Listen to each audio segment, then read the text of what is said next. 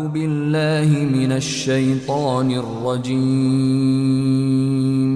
بسم الله الرحمن الرحيم السلام عليكم ورحمة الله وبركاته. الحمد لله وكفى وعلى عباده الذين اصطفى. أشهد أن لا إله إلا الله وحده لا شريك له وأشهد أن محمدا عبده ورسوله أما بعد. Hadirin wal hadirat, para ikhwan wal akhwat rahimani wa rahimakumullah. Alhamdulillah, pada malam hari ini Allah Subhanahu wa taala senantiasa memberikan kesehatan dan kesempatan kepada kita sehingga pada malam hari ini kita bisa melanjutkan kembali taklim kita, pembahasan dari kitab Al-Fiqh Al-Muyassar. Pada pertemuan pekan yang lalu yang kita bahas akhir dari pembahasan zakat, yaitu siapakah orang-orang yang berhak untuk mendapatkan bagian dari zakat. Allah Subhanahu wa taala telah menjelaskan dalam Al-Qur'an Karim, yang mana Allah menjelaskan di situ ada 8 asnaf yang mendapatkan zakat al-mal. Kalau zakat al-fitrah, zakat fitr itu khusus untuk orang fakir dan miskin saja. Adapun zakat mal kegunaannya untuk 8 asnaf. Yang pertama al-fuqara, yang kedua al-masakin, yang ketiga amil, yang keempat al-mu'allafah qulubuhum, orang yang dilunakkan hatinya atau orang yang baru masuk agama Islam agar kokoh keislamannya. Yang kelima budak. Yang keenam orang yang punya tanggungan hutang dan hutangnya bukan untuk kemaksiatan. Kemudian yang ketujuh fi sabilillah, orang-orang yang berjihad di jalan Allah Subhanahu wa taala. Dan yang kedelapan yaitu ibnu sabil, orang yang melakukan perjalanan dan kehabisan biaya untuk kepulangannya. Kemudian selanjutnya pembahasan orang-orang yang tidak berhak untuk mendapatkan zakat. Yang pertama orang-orang yang kaya dan orang-orang yang kuat yang masih mampu untuk melakukan usaha. Dari orang-orang yang kaya dan orang yang masih kuat bisa mendapatkan zakat manakala orang ini sebagai amil. Dia kaya tapi kerjaannya terus mengurusi zakat. Dikasih enggak mengapa, walaupun dia ini kaya. Dan juga orang-orang yang tersibukkan untuk talabul ilmi, belajar, mencari ilmu. Maka orang seperti ini diberi zakat tidak mengapa, walaupun dia kalau kerja mampu. Karena dia terfokus untuk belajar, ya, maka tidak mengapa diberikan. Yang kedua yang tidak berhak mendapatkan zakat al-usul wal furu' waz zaujah. Dari keluarga kita, dari kita sebagai suami, bapak kita, kakek kita dan ke atas. Demikian juga anak kita, cucu kita dan seterusnya ke bawah, tidak boleh kita berikan zakat. Karena mereka itu tanggung jawab kepala keluarga, maka jangan diberikan zakat kepada mereka.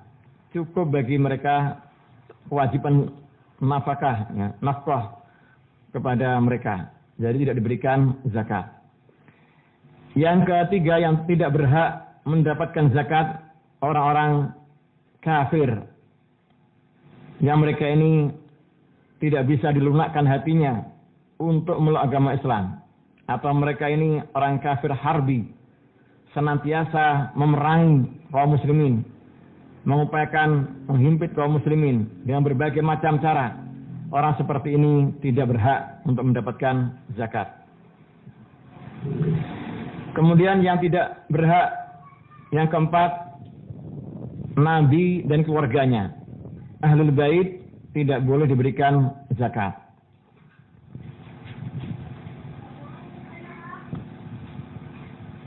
Dan sudah kita jelaskan siapakah yang masuk Ahlul Bait. Yang masuk Ahlul Bait dari keturunan Bani Hashim. Nabi keluarganya Bani Hashim. Bani Hashim itu bapaknya Abdul Muttalib. Jadi yang turunan dari situ maka tidak berhak mendapatkan zakat. Tidak berhak juga mendapatkan sedekah. Tidak boleh bagi mereka. Bolehnya apa? Bolehnya hadiah.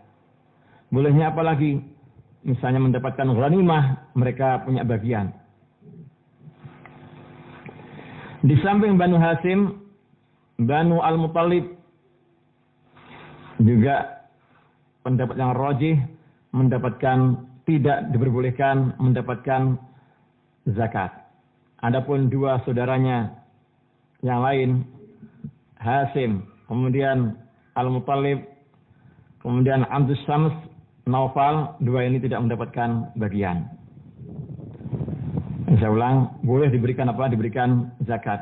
Karena yang dimasukkan Ahlul Bait, Banu Hashim sama Banu Al-Muttalib. Dan sampai hari ini masih ada Ahlul Bait itu. Ya, asalkan mereka tidak ngaku-ngaku sebagai Ahlul Bait, supaya dihormati orang, tidak memalsukan nasab untuk Rasulullah. Ya, kita mengakui mereka. Yang kelima,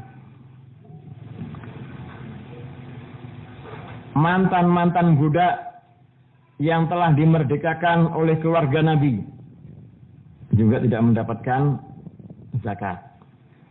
Yang keenam, yang tidak mendapatkan zakat budak. Kemarin sampai di sini kita bahas. Al-amdu la tudfa'u az-zakatu ilal amdi. Tidak ditunaikan zakat kepada budak. Li'anna mal abdi milkun lisayyidihi. Karena hartanya budak itu milik tuannya. Kalau kita ngasih budak sama dengan kita ngasih tuan. Tuan yang sudah kaya, sudah punya budak. Fa idza u'tiya az-zakah intaqalat ila milki sayyidihi. Kalau budak diberikan zakat, maka berpindah kepemilikannya kepada tuannya. Li'anna nafaqatahu tulzimu sayyidahu. Karena nafkah untuk budak itu diharuskan kepada tuannya. Wa istatsna min dzalik, dikecualikan boleh budak diberikan zakat. Al-mukatab fa innahu yu'ta min az-zakah ma yaqdi bihi daina kitabatihi. Yaitu budak yang telah ingin memisahkan dari tuannya, pengen merdeka dan sedang bikin perjanjian dengan tuannya, saya pengen lepas, minta uang berapa, gantinya berapa. Kemudian budak-budak yang seperti ini dia sudah berusaha, dia mencari harta untuk ditebus kepada tuannya. Nanti kalau sudah lunas tebusannya, dia bebas dari perbudakan. Kalau kondisi budaknya seperti ini, tidak mengapa dibantu dari zakat. Wal amil ala zakah. Amil, kalau amilnya itu dari kalangan budak, tidak mengapa beri zakat. Fa idza kana amdu amilan ala zakati u'tiya minha. Kalau seorang budak menjadi amil, mengurus zakat, maka diberikan darinya. Li'annahu kal ajir, karena budak ini seakan-akan disewa. Wal abdu yajuz ayastajira bi'idni sayyidihi. Karena budak itu diperbolehkan untuk disewa dengan izin dari tuannya. Faman dafa'aha li hadhil asnafi ma'a ilmihi bi annahu la yajuz daf'uha lahum fa huwa athim.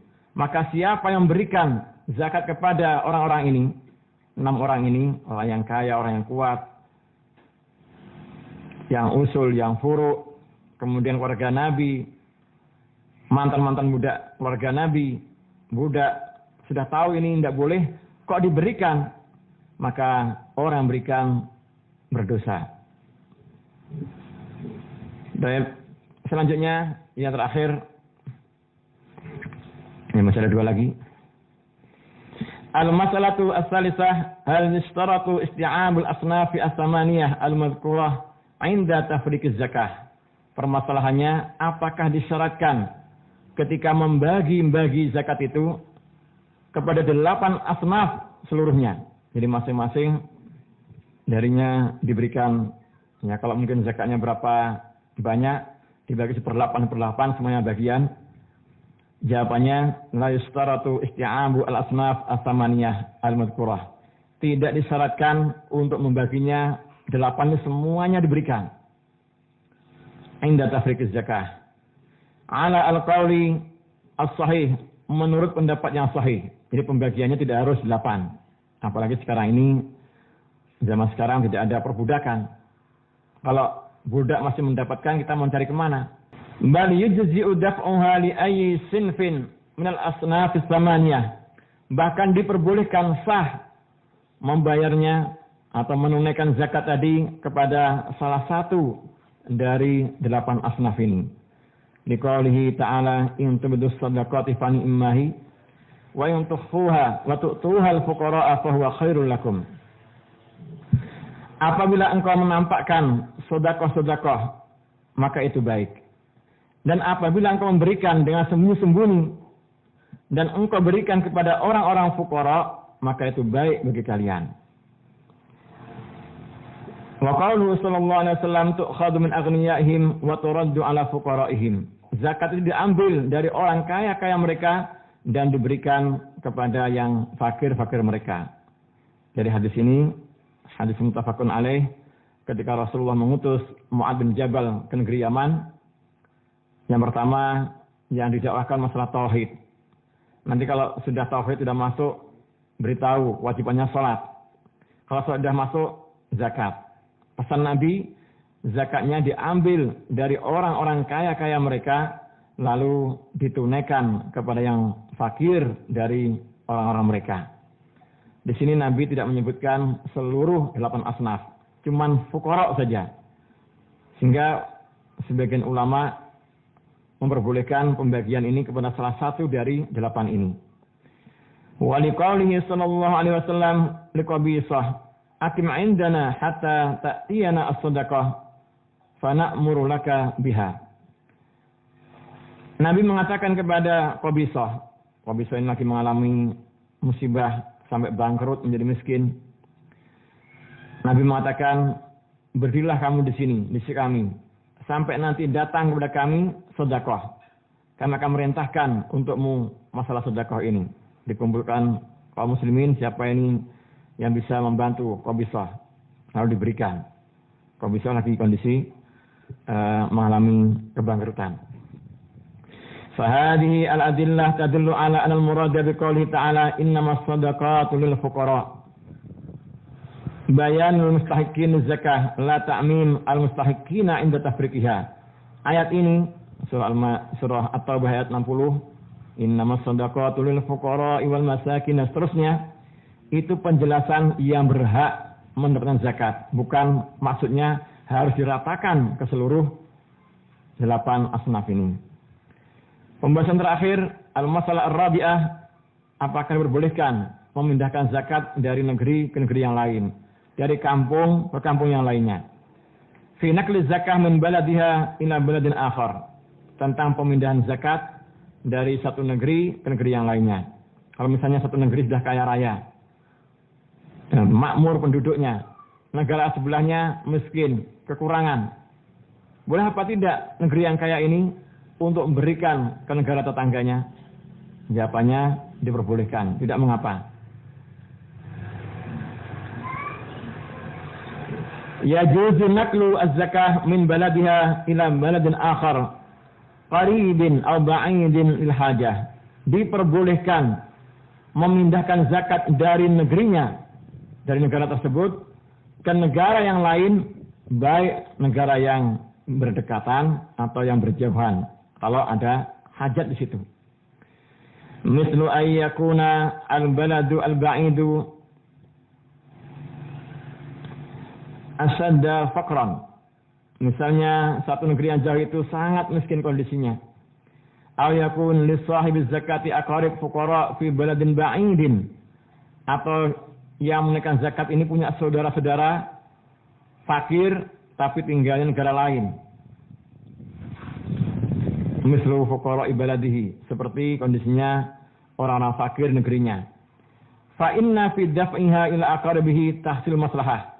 Karena sesungguhnya menunaikan zakat kepada karib kerabatnya yang miskin dari negara lain itu ada manfaatnya, yaitu untuk kemaslahatan, wa hiya as-shadaqah wasilah, untuk memberikan kecukupan mereka dengan sedekah, di samping itu untuk menyambung persaudaraan dengan saudaranya yang di tempat yang lainnya.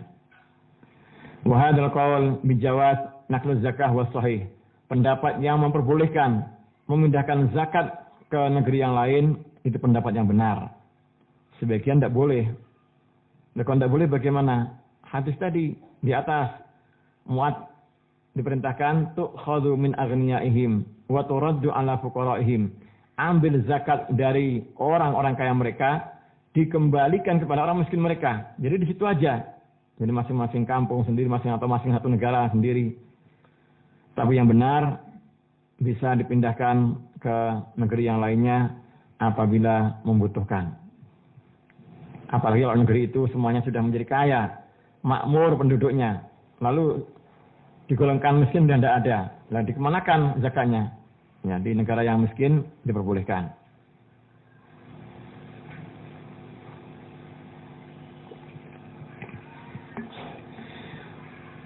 Pendapat yang benar boleh. Apa landasannya? Li umumi qouli ta'ala innamas shadaqatu lil fuqara'i wal masakin.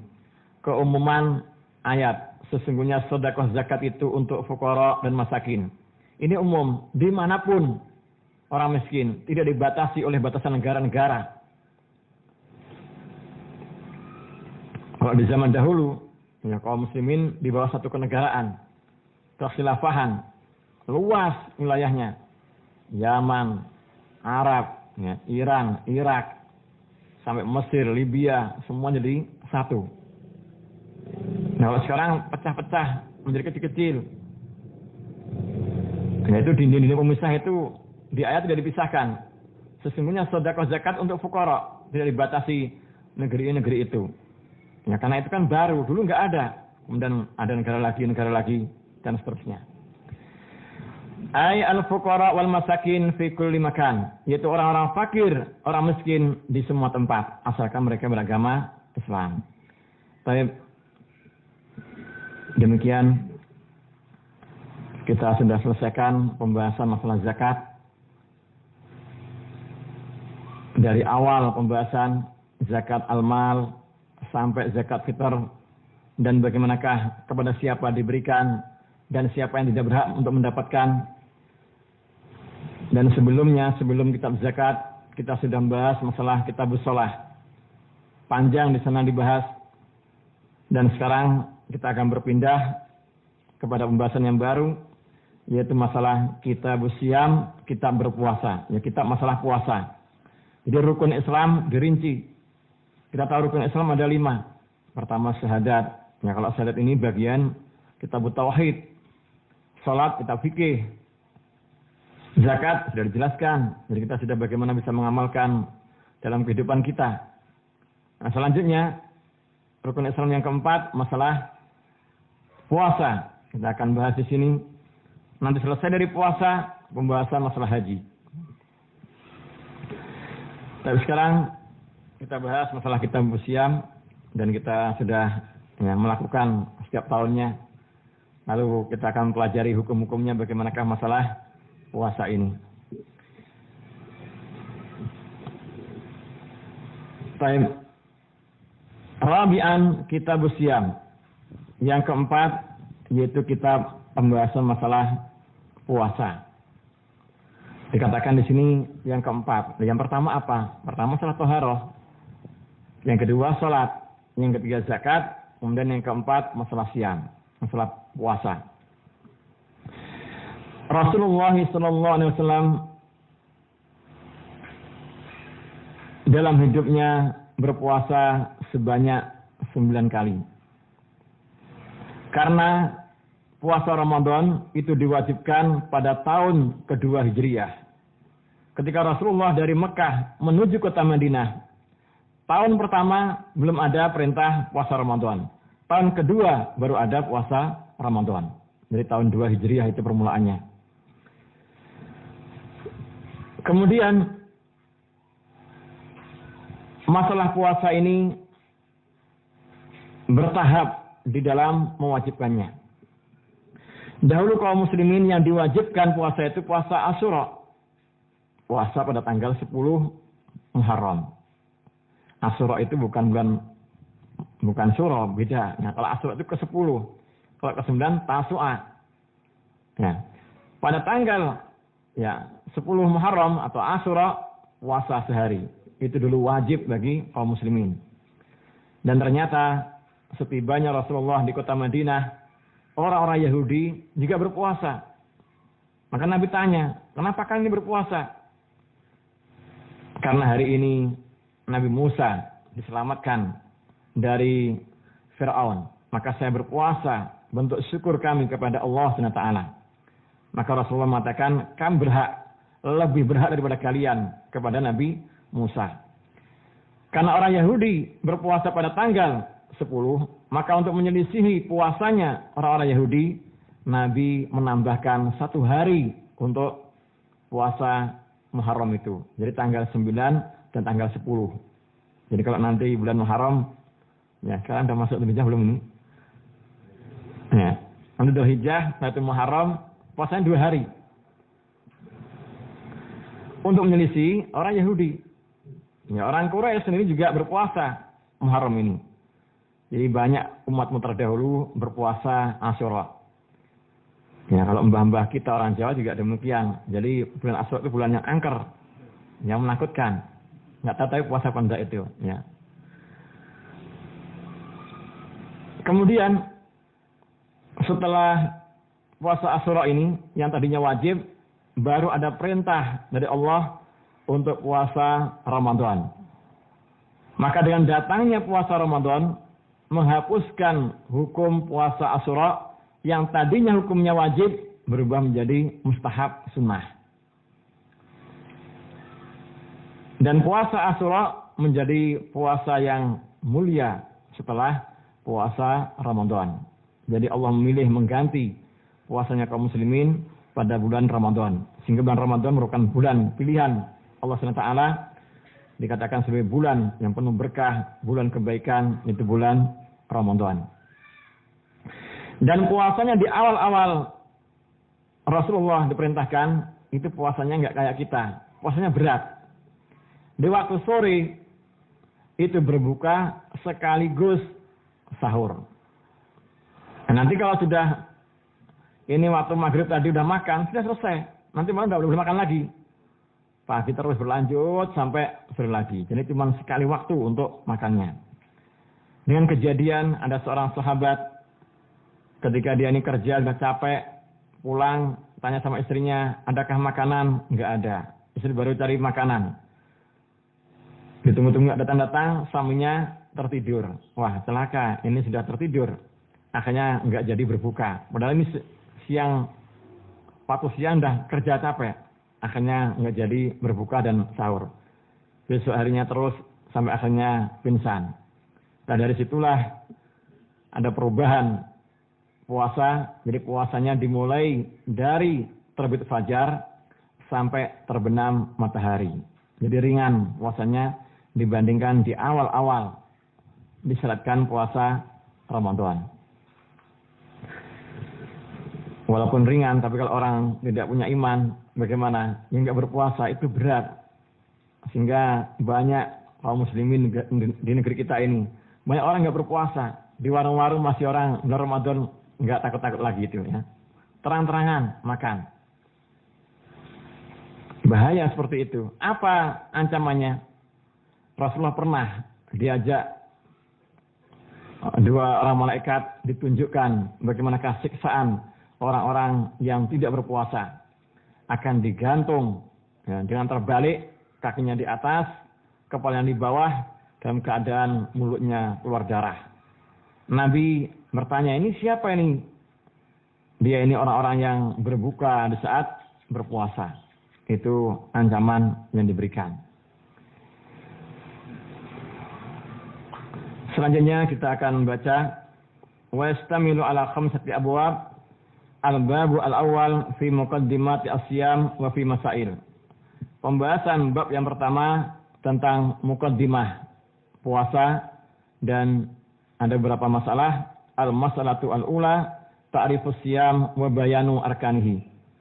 Pengertian puasa dan penjelasan rukun-rukun puasa.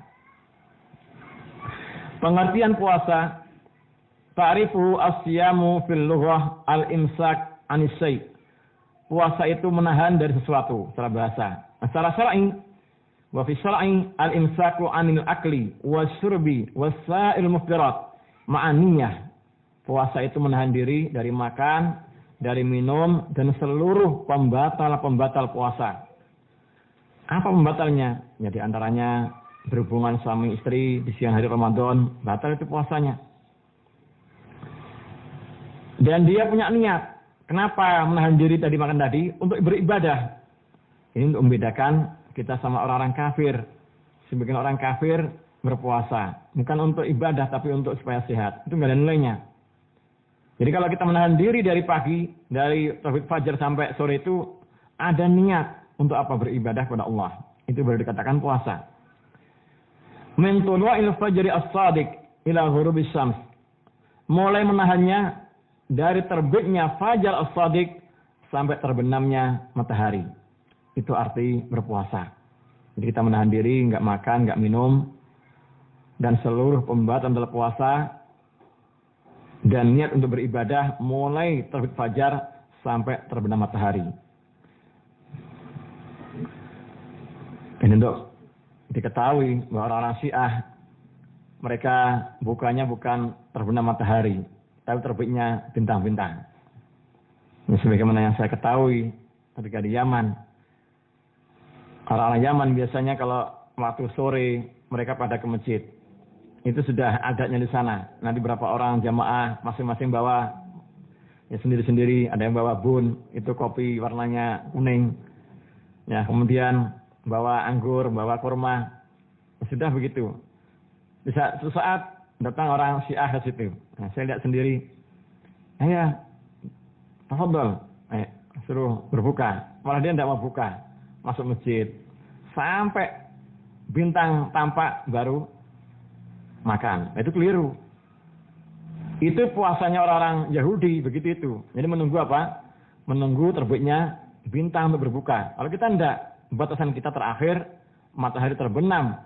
Ya, sudah enggak ada, sudah masuk bola mataharinya, itu sudah diperbolehkan untuk berbuka. Selanjutnya, rukun-rukun puasa.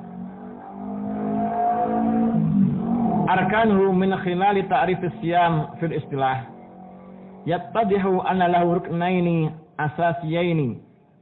Dari sela-sela definisi puasa tadi secara istilah, secara syar'i, maka jelas bahwa puasa itu memiliki dua rukun yang pokok.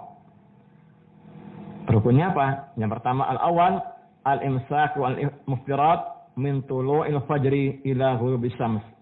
Rukunnya yang pertama menahan diri dari pembatal-pembatal mulai terbitnya fajar sampai terbenamnya matahari. Contohnya apa pembatalnya? Ya makan, minum, berhubungan sama istri, itu ditinggalkan, nggak boleh. Kalau sampai lakukan, batal puasanya. Ini pendapatnya penulis. Jadi rukunnya ada dua. Yang kedua, rukunnya niat. Ya. Kalau saya sendiri, niat itu bukan rukun. Niat itu merupakan syarat. Nah, apa bedanya rukun sama syarat? Niat itu, syarat itu adalah sesuatu yang harus dipenuhi sebelum ibadah. Ya, kalau kita misalnya mendaftar mendaftar sekolah, syaratnya apa? Itu sebelum masuk sekolah dipenuhi. Ya, termasuk niat ini sebelum kita sholat. Niatnya kapan? Sebelum kita sholat sudah niat dulu. Puasa juga demikian, sebelum berpuasa. Kalau rukun itu di dalam ibadah. Misalnya rukun sholat, baca Al-Fatihah itu rukunnya, ruku, i'tidal, kan rukun-rukunnya. Jadi di dalam sholat. Kalau sebelum itu namanya syarat. Dan niat di sini letaknya di mana? Di dalam ibadah atau di luar? Yang benar di luar.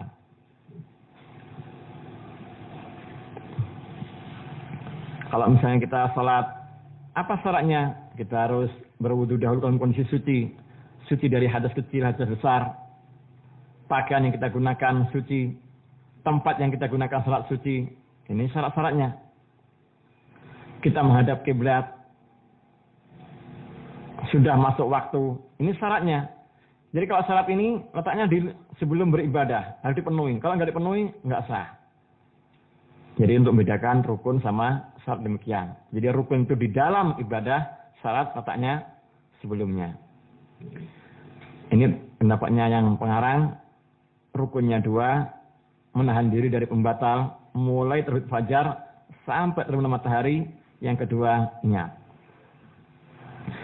Wa dalilu hadar rukni, qauluhu ta'ala, dalilnya rukun ini, fal'ana bashiruhunna, wabtaghu ma kataballahu lakum, wa kulu wasrabu hatta yatabayyana lakumul khaytul abyadu minal khaytil aswadi minal fajr. Summa atimus siyama ilal lail.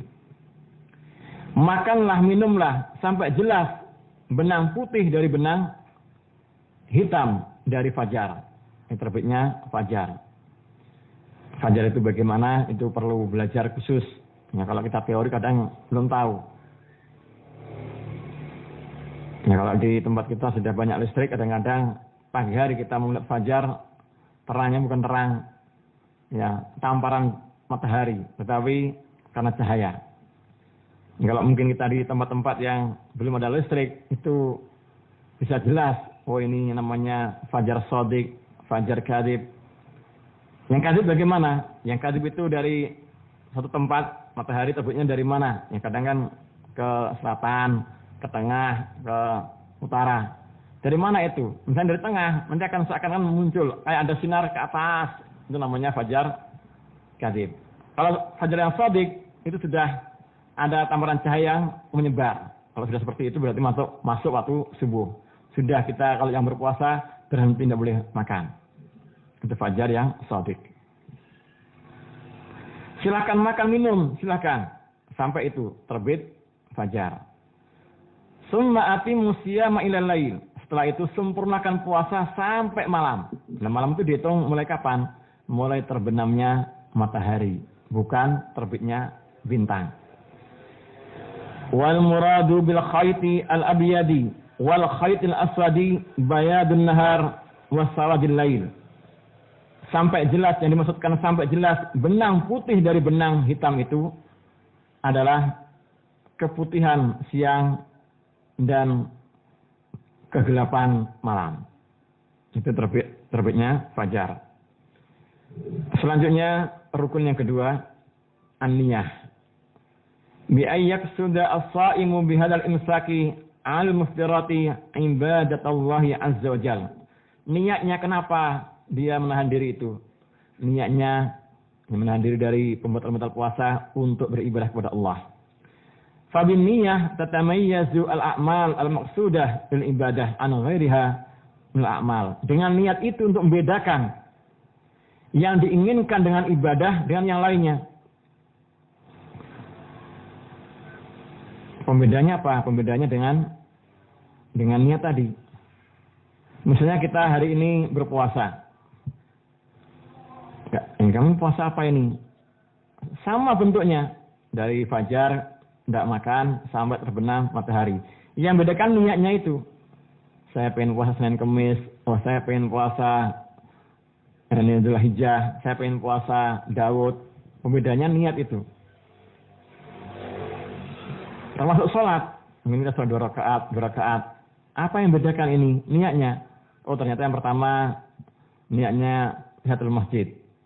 Setelah adzan, sholat lagi 2 rakaat lagi. Apa ini? Ini namanya sholat rawatib. Pembedanya niat tadi.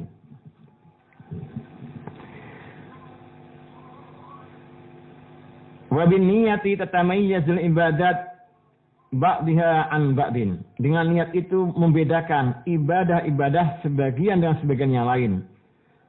Fa yaqsidu as-sha'imu bihadzal siyam imma siyam Ramadan aw ghairihi min anwa'is siyam.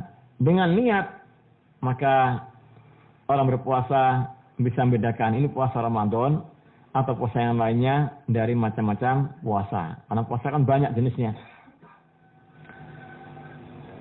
Pembedanya apa? Dengan niat. Puasa Ramadan, puasa setelah Ramadan, puasa Syawal, nanti puasa di Idul Adha 9 Arafah, puasa Asyura dan seterusnya. Wa dalilu hadza rukni qauluhu sallallahu alaihi wasallam innamal a'malu binniyat wa innamal likulli imri'in ma nawa. Baik, ini pengertian puasa dan rukunnya. Selanjutnya kita bahas tentang hukum puasa Ramadan.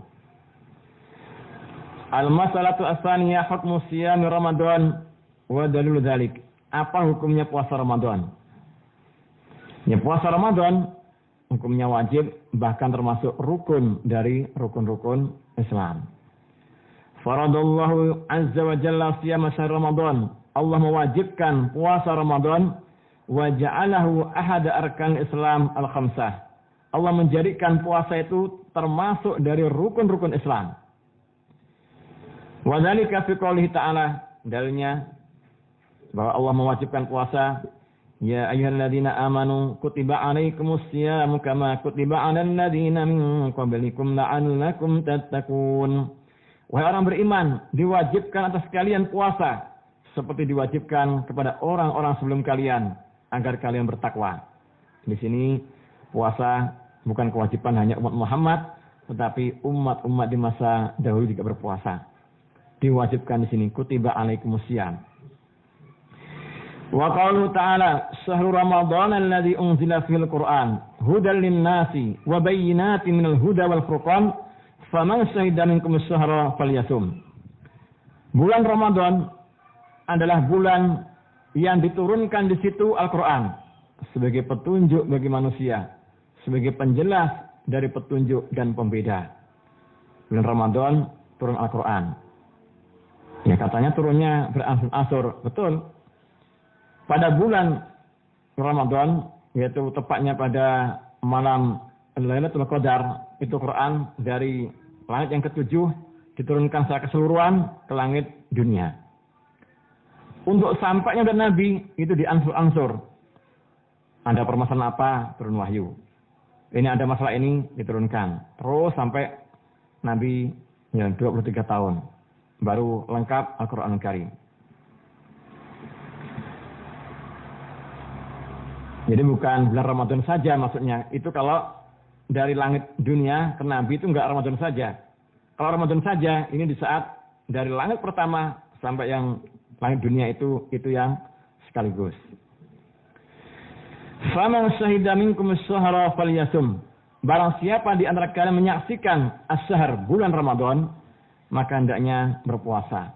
Jadi penetapan untuk satu Ramadan itu yang benar menggunakan ru'yatul hilal. Rasulullah bersabda, "Sumu li ru'yatihi wa afdiru li ru'yatihi." Puasalah dengan melihat bulan dan itlah berbukalah dengan melihat bulan. Jadi sandaran kita seperti itu. Ya kalau mungkin pembantu-pembantu apa misalnya perkiraan diperbolehkan. Ya di Saudi sendiri sandarannya juga ru'yatul hilal, tapi penanggalan sudah ada di sana. Hitungan secara komari sudah ini tanggal 1, 2, 3. Tapi nanti kalau hari hanya penentuannya dengan bulan. Lihat dulu, oh ini sudah nampak. Berarti sudah, ya kadang masih ada mundur. Kalau di negeri kita ini apa pernah ya, puasanya berbeda dengan tanggalan? Pernah enggak itu? Ya. Namanya belum pernah. Selalu misalnya Eid ya terus enggak pernah masih mundur itu aja. Ya sudah dipatok. Ya kalau di sana enggak, karena sandarannya yaitu hilal. Eidnya juga demikian, hilal. Ini dari ayat tentang wajibnya puasa. Adapun dimasukkan dalam rukun Islam, sabda Rasulullah SAW, walima rawahu Abdullah ibn Umar radhiyallahu anhu maqal, qala Rasulullah sallallahu alaihi wasallam, bunyal Islamu ala khamsin. Islam dibangun dari 5 rukun, 5 perkara. Syahadati an la ilaha illallah wa anna Muhammadan Rasulullah. Yang pertama, syahadat. Yang kedua, wa iqamis shalah. Yang ketiga, wa ita'iz zakah. Yang keempat, wa shaumi Ramadan. Yang kelima, wa hajjil baitillahil haram man istata'a ilaihi sabila. Jadi di sini puasa dimasukkan dalam rukun Islam. Dari yang lain, walima rawahu Talhah ibnu Ubaidillah an a'rabiyyan ja'a ila Nabi sallallahu alaihi wasallam sa'ir ar-ra'si faqala ya Rasulullah akhbirni madza faradallahu alayya min as-siyam. Ada orang Badui datang ke Nabi dalam keadaan rambutnya acak-acakan. Orang Badui mengatakan, wahai Rasulullah, beritahu aku apa yang Allah wajibkan kepadaku dari puasa. Apa jawaban Nabi? Qal syahrul Ramadan, yang diwajibkan puasa Ramadan. Untuk puasa yang diwajibkan puasa Ramadan. Orang Badui bertanya, hal alayya ghairuh? Adakah yang lain, puasa yang lain? Qal la, enggak ada. Illa anta tawwa'a syai'an, kecuali kamu pengen puasa-puasa sunnah. Al-hadis. Di sini yang diwajibkan puasa Ramadan. Selanjutnya, waqad ajma'atil ummah ala wujub siyam Ramadan. Wajib, saya ulang, ijma' umat wajibnya puasa Ramadan. Jadi dalil itu dalam syariat kita ada 4. Al-Quran yang pertama, yang kedua as-sunnah, yang ketiga ijma'. Ijma' itu kesepakatan. Kesepakatan siapa ini? Kesepakatan para sahabat. Kalau kesepakatan sekarang ini, saya kalau sepakat itu nggak dipakai. Karena tidak mungkin bisa bersatu. Kalau zaman sahabat, mereka belum kemana-mana. Mereka masih di wilayah yang berdekatan. Kalau mereka sepakat, itu menjadi hujjah. Menjadi dalil. Maka di sini dimasukkan juga. Kenapa dalilnya ijma'? Ijma' itu digunakan. Imam Syafi'i ditanya, ya Imam, mana dalilnya kalau ijma' itu dalil? Yang Syafi'i terdiam. Ya. Besok kamu datang lagi, akan saya kasih jawaban. Lalu apa yang dilakukan oleh Imam Syafi'i? Beliau membaca Quran dari Al-Fatihah sampai An-Nas, diulang bolak-balik. Ya. Ternyata ditemukan dalilnya. Mana dalilnya? Wa may yushaqiqir rasula min ba'di ma tabayyana huda wa yattabi' ghayra sabilil mu'minin. Itu dalilnya ijma'. Siapa yang menentang Allah dan Rasulnya dan mengikuti selain jalannya kaum mukminin, nah, ini ijma'. Dan sudah sepakat kita harus mengikutinya. Dan yang diikuti ijma'nya sahabat saja. Jadi ijma' di belakangnya itu bukan hujah. Wa annahu ahadu arkan Islam allati ulimat minad din bid-darurah. Yang mana puasa itu salah satu rukun-rukun Islam yang diketahui secara pasti dalam agama ini. Wa anna munkirahu kafir. Siapa yang mengingkari wajibnya puasa Ramadan dihukumi kafir, murtad al-Islam, telah keluar dari agama Islam. Di rukun Islam ini semuanya satu diingkari menjadikan orang itu kafir. Di zaman Abu Bakar orang rame-rame murtad. Apa yang lakukan? Saya ulang, rame-rame yang berzakat. Apa yang lakukan oleh Abu Bakar? Beliau perangi mereka yang berzakat itu. Nah, apa salahnya mengingkari zakat ini? Mengingkari diperangi karena mereka dihukumi kafir. Sama di sini, kalau ingkari puasa, bagi saya tidak wajib puasa. Nah ini kalau enggak bertobat itu bisa murtad orang seperti ini. Ya. Fasabata bidzalika fardhiyatus shiyam bil kitab was sunnatul ijma'. Sehingga tetap wajibnya puasa itu dengan Alkitab, As-Sunnah dan ijma'. Wa ajma'al muslimuna ala kufri man angkarah. Dan sepakat kaum muslimin kafirnya orang yang mengingkari wajibnya puasa Ramadan. Ya, termasuk haji juga demikian. Diingkari haji itu bisa kafir. Bahkan ada nas secara langsung siapa yang mengingkari haji, wa man kafara fa innallaha ghaniyyun hamid. Baik. Assalamualaikum warahmatullahi wabarakatuh.